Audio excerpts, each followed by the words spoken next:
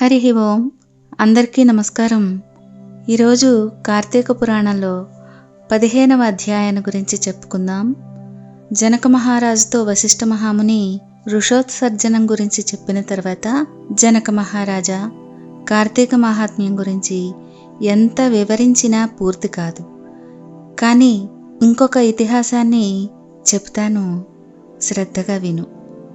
ఈ మాసంలో హరినామ సంకీర్తనలు వినడం, భజన చేయడం, శివకేశవుల దగ్గర దీపారాధన చేయడం, పురాణాన్ని చదవడం లేదా వినడం, సాయంత్రం దేవతా దర్శనం మొదలైన పనులు చేయలేని వారు కాలసూత్రం అనే నరకంలో పడి కొట్టుమిట్టాడుతారు.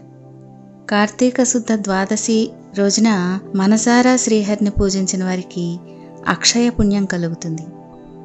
శ్రీమన్నారాయణుని గంధ పుష్ప అక్షతలతో పూజించి ధూప దీప నైవేద్యాల్ని ఇస్తే విశేషమైన ఫలితాన్ని పొందుతారు. ఈ విధంగా నెల రోజులు విడవకుండా చేస్తే, అలా చేసిన వారు దేవదుందుపులు మ్రోగుతుండగా విమానం ఎక్కి వైకుంఠానికి వెళతారు. కార్తీక శుద్ధ త్రయోదశి, చతుర్దశి, పౌర్ణమి రోజుల్లో అయినా నిష్ఠగా పూజలు చేసి ఆవునేతితో దీపం ఉంచాలి. ఈ మహాకార్తీకంలో ఆవు పాలు పితికినంతసేపు మాత్రం దీపం ఉంచితే చాలు. తర్వాతి జన్మలో బ్రాహ్మణులుగా జన్మిస్తారు. ఇతరులు ఉంచిన దీపాన్ని ఎగదోసి వృద్ధి చేస్తే చాలు, లేకపోతే ఆరిపోయిన దీపాన్ని వెలిగించినా చాలు. ఆ దీపం వారి సమస్త పాపాల్ని హరించేస్తుంది. దీనికి ఒక కథ ఉంది, విను. సరస్వతీ నదీ తీరంలో శిథిలమైన దేవాలయం ఒకటి ఉంది.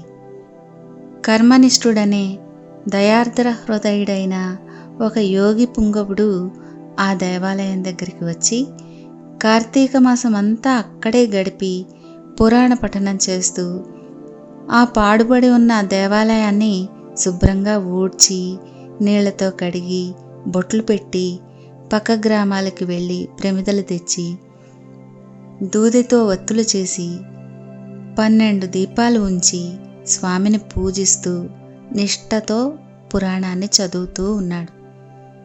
ఈ విధంగా కార్తీక మాసం ప్రారంభం నుంచి చేస్తూ ఉన్నాడు.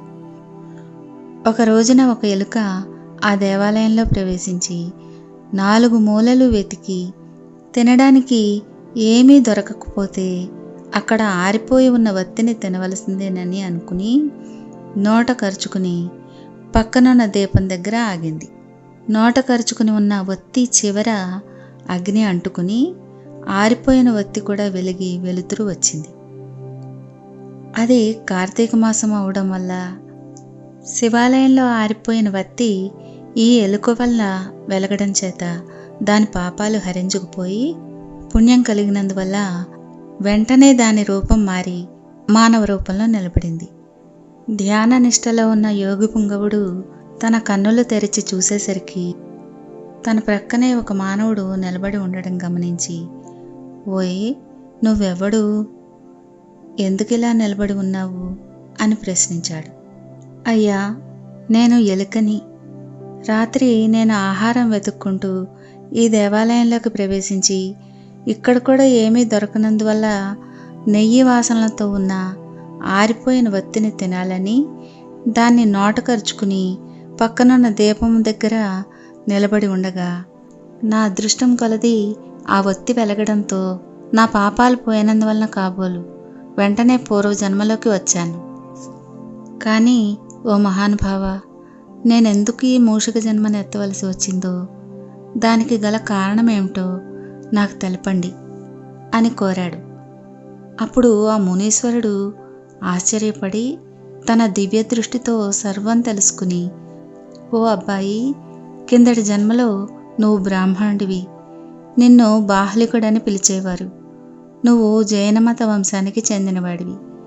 నీ కుటుంబాన్ని పోషించడానికి వ్యవసాయం చేస్తూ ధనాశాపరుడివై దేవపూజలు నిత్యకర్మలు మర్చిపోయి నీచుల సహవాసం వలన తినకూడని పదార్థాలన్నీ తింటూ మంచివారిని యోగ్యుల్ని నిందిస్తూ ఇతరుల దగ్గర స్వార్థ చింతన కలవాడివై ఆడపిల్లల్ని అమ్మే వృత్తి చేస్తూ దానివలన సంపాదించిన ధనాన్ని కూడబెడుతూ సమస్త తినుబండారాల్ని కడు చౌకగా కొని తిరిగి వాటిని ఎక్కువ ధరకి అమ్మి అలా సంపాదించిన ధనాన్ని నువ్వు అనుభవించకుండా ఇతరులకు పెట్టకుండా ఆ ధనాన్ని భూస్థాపితం చేసి పిసినారివై జీవించావు.